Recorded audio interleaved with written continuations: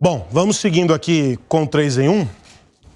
A gente está de volta para quem nos acompanha pela rede de rádios e eu vou virar a página aqui, falávamos sobre o Boletim Focus. Vamos voltar para a política, porque o ministro da Fazenda, Fernando Haddad, disse que há um consenso dentro do PT e também entre os aliados para que o Lula concorra ao 4º mandato à presidência da República. O ministro descartou qualquer possibilidade de sair como candidato à sucessão pelo PT. Haddad ainda acrescentou que, ao mesmo tempo que, aspas, é um trunfo ter uma figura política da estatura de Lula à disposição do PT, existe o grande desafio de pensar em um nome para substituí-lo. E aí eu fecho aspas para o ministro da Fazenda. Lula lá, Vilela? Olha, se isso acontecer,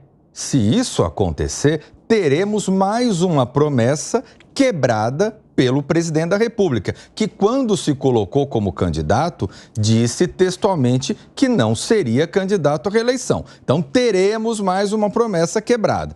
Eu vejo, olhando o cenário político que a gente não vê nenhum nome dentro do PT que tenha hoje uma grande popularidade capaz de rivalizar com o presidente Lula. Da mesma forma que, olhando para o outro campo político, você não tem ninguém com uma popularidade capaz de rivalizar com Bolsonaro. Então, é natural que, se olharmos uma fotografia com uma antecedência tão grande como estamos fazendo agora, evidentemente os nomes que vão ser lembrados serão Lula e Bolsonaro, naturalmente. Agora, o ideal, vejo eu, que para a própria manutenção de um projeto político do campo da esquerda, até porque o Lula não vai durar para sempre, e o Lula já está com uma idade avançada. Então, até para que se pudesse construir um arco de novas opções visando a própria manutenção de um determinado campo político, de um determinado segmento político, o correto seria ter uma preparação de um sucessor.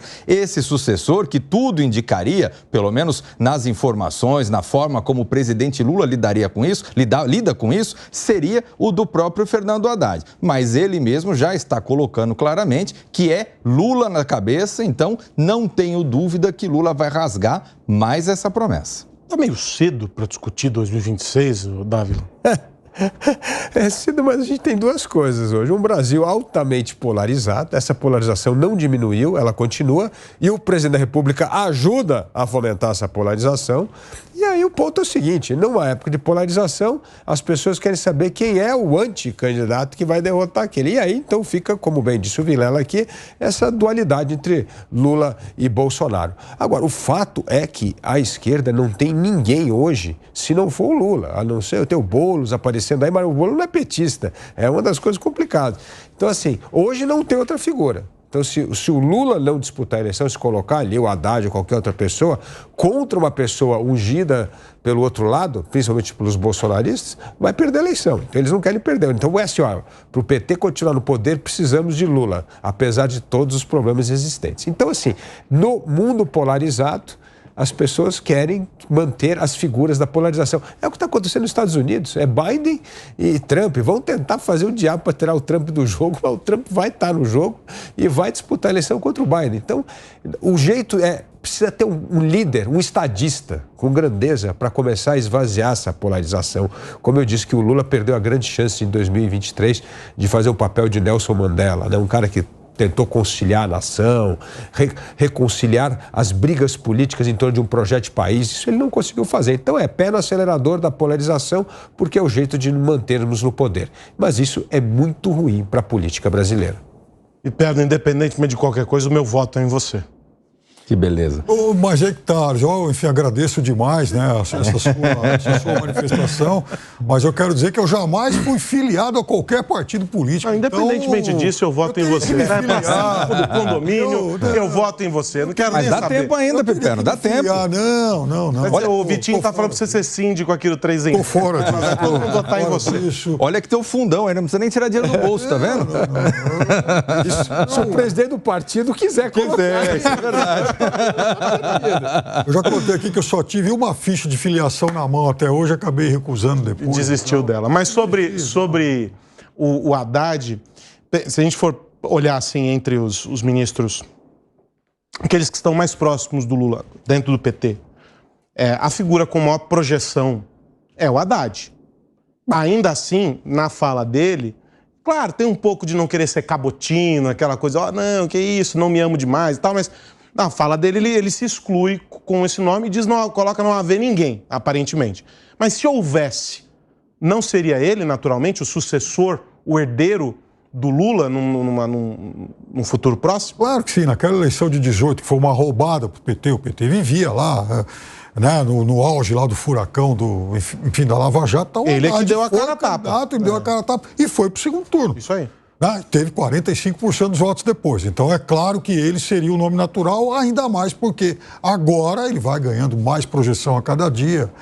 Um nome que tem boa aceitação, bom trânsito, inclusive entre outras correntes políticas, mas eu tenho... Outra coisa curiosa, né? O Haddad parece que tem gostado de ser ministro, né, da economia e tal, né? Uma coisa até surpreendente. Vamos ver se ele vai gostar esse ano. Vamos aguardar, mas ele parece que tem se encaixado bem no papel. Dizem que é aquilo, né? Faça o que você ama e nunca mais você vai amar nada na vida. Agora, é claro que o nome natural é o Lula.